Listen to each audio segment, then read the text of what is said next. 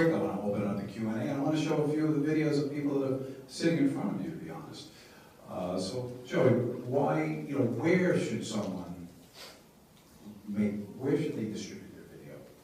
What are the points that make a lot of sense today, and how is that effectiveness measured when you're on that platform? Yeah, I tell clients all the time, explore as many digital channels as you can, and pay attention to your reports, your analytics, and see what that's spitting back at you before you figure out which channels are appropriate for you and which ones aren't. As far as, social media specifically, you gotta pay attention to the type of audience that are on these different platforms. For example, vertical video is going to become huge in 2020s. We have these younger consumers who are spending a lot more time on their mobile phones versus a desktop. They're spending a lot of time on Instagram, and Instagram stories are becoming a huge place to advertise. So paying attention to those aspect ratios when you're producing content. LinkedIn is a really great place, like I said earlier, to position yourself as a thought leader, have a bit more of a personal element in your videos for business people, and places like Twitter, Facebook, things like those is a really great opportunity to have those more generic, just pieces of video marketing collateral where you might play a little more with the motion graphics and things of that nature. So explore as many channels as you can. They're all out there for you. Just pay attention to the audiences that are on them and cater the content appropriately. Yeah, no follow-up on that. Wow, thanks guys. Maybe you handle that one, Joey. Thank you.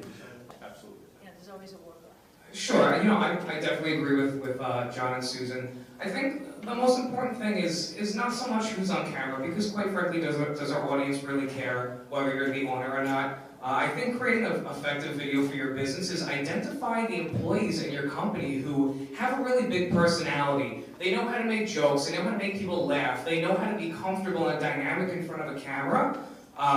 And maybe it's a situation where that dynamic employee is sitting with the owner, where they can kind of feed off their energy and bounce back and forth together. Because at the end of the day, what we're putting out there, if the content is entertaining, then that's really what's going to engage people, not so much who the subject is, right? Yeah, great stuff, thank you. Joey, this is to you. Because I know this is part of your expertise, your toolbox, if you will, video effects, whiteboarding, taking video live completely out of the picture on whiteboarding or cartoons, or when is that appropriate? When do you recommend that to a client? Right. Yeah, animations, motion graphics, things of that nature, I think those are appropriate a bit more when you're building up the actual marketing collateral for your company. Explainer videos to explain your services, explain your mission, your company's overall, stamp in the community, what have you. When you're ready to take the human element out of it, if it's evergreen content that's going to sit on your website and it's going to explain your company, then things like that are appropriate. But when we're talking about the world of social media and making more human connections, then you want to take that more subject personal approach. Good. Anybody want to talk? I agree with Susan. Being able to get that immediate feedback is great, but I know that Kevin and Joey and Corey are well versed in that than I am, so I'll let them spend that time on it. Yeah, live streaming is definitely great. It's a really interactive way to engage with your audience. Just be careful because there's no pause button. So if you screw up, you're screwed. Yeah.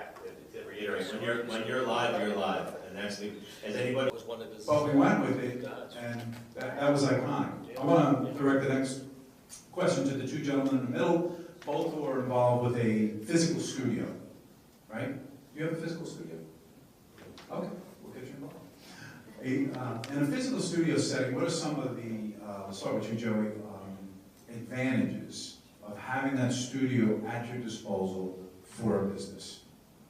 Sure. So we have a green screen studio, Studio A, and from a cost standpoint for our clients, it's a bit more cost effective because we can create a wide variety of video content where we're not on location, we're not moving equipment, we're not traveling from point A to point B. So from that perspective, it's definitely a lot more cost effective. It's a lot quicker turnaround time for our clients to produce effective content. Yeah, I mean that's pretty much a lie on that. Similar to what Joey said, you're in a controlled environment, so we can control the audio is.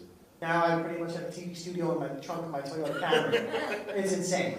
And, you know, I'm sorry, can I just make a comment on that, because that's a really great point. And this goes for any of the content you're rolling out on your social media platforms, not just your video. You need to pay attention to those reporting and analytics tools that these platforms give to you for free. You know, they'll tell you the times of the days that your audience is most engaging with your content, and really pay attention to that, and really adjust your calendar when you're rolling out content, because you'll get better engagement. So out of context, it might sound a little odd, but the Vac Daddy is a portable pool vacuum. And this was a combination of stock footage and motion graphics we put together for a trade show for them, for a little teaser content. And that's the great thing about motion graphics and stock footage, is that there's really no cost to us, other than, of course, our time and Greg's sanity back there. Sorry, Greg.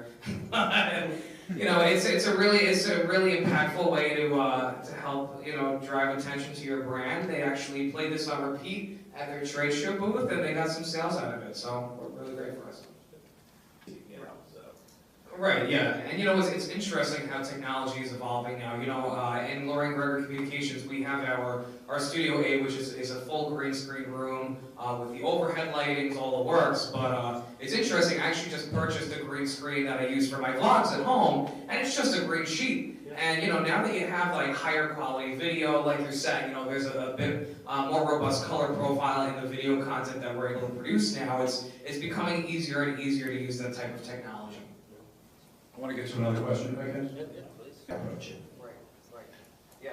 Yeah, no, I definitely agree with John 100%. You know, it's a sliding scale when it comes to pricing, but being able to, you know, explain the value, not just production value, the overall value of this content to your client, and making them aware of the kind of payoff they're going to get by making that kind of investment is important. So there's a lot of education involved.